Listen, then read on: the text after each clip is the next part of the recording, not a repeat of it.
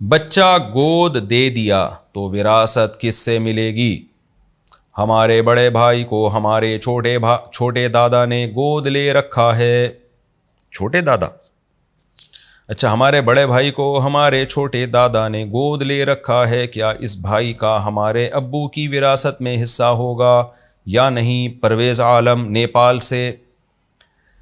پرویز عالم صاحب، گود لینے دینے سے وراثت کے حکام پر کوئی اثر نہیں پڑتا۔ آپ کا بڑا بھائی ہے تو آپ کے ابا کا بیٹا ہے، وہ دادا کا بیٹا نہیں ہے، تو آپ کے ابا سے اس کو پوری وراثت ملے گی۔ دادا سے آپ کے ابا کو ملے گی، آپ کے بھائی کو نہیں ملے گی۔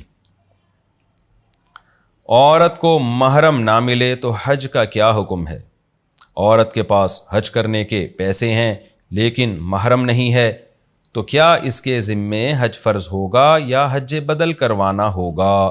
نور محمد مکہ مکرمہ سے۔ بہت امپورٹنٹ سوال ہے۔ دیکھیں، عورت پر حج فرض ہونے کے لیے محرم کا انتظام ضروری نہیں ہے، پیسوں کا انتظام ضروری ہے۔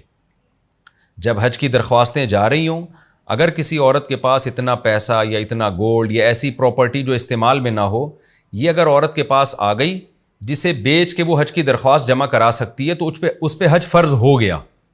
اب حج تو فرض ہو گیا لیکن فوری ادائیگی ضروری نہیں ہے جب تک محرم کا انتظام نہیں ہو جاتا۔ اب محرم کا انتظام ہے اور پھر حج ڈیلے کرتی ہے تو غلط ہوگا، لیکن اگر محرم کا انتظام ہی نہیں ہے تو ڈیلے کر سکتی ہے، ڈیلے کرنے میں کوئی حرج نہیں ہے۔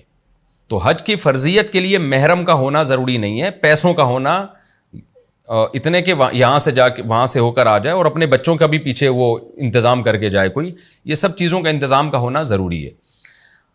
تو اگر محرم کا انتظام نہیں ہے تو پھر عورت کیا کرے؟ وہ پیسے جمع کر لے، بلکہ گولڈ کی شکل میں رکھ لے کہ بھئی اب چونکہ حج مجھ پہ فرض ہو چکا ہے، لہذا جب زندگی میں محرم کا انتظام ہوگا تو میں فوراً حج پہ اس محرم کے ساتھ چلی جاؤں گی، کیونکہ کیش اماؤنٹ تو ڈی ویلیو ہوتا رہتا ہے، تو وہ اس کو گولڈ کی شکل میں رکھ لے تاکہ اچھا پھر گولڈ کی زکوٰۃ بھی دینی پڑے گی، یہ خوب سمجھ لیں، لیکن ظاہر زکوٰۃ تو 2.5% ہوتی ہے، تو وہ رکھ لے اپنے پاس۔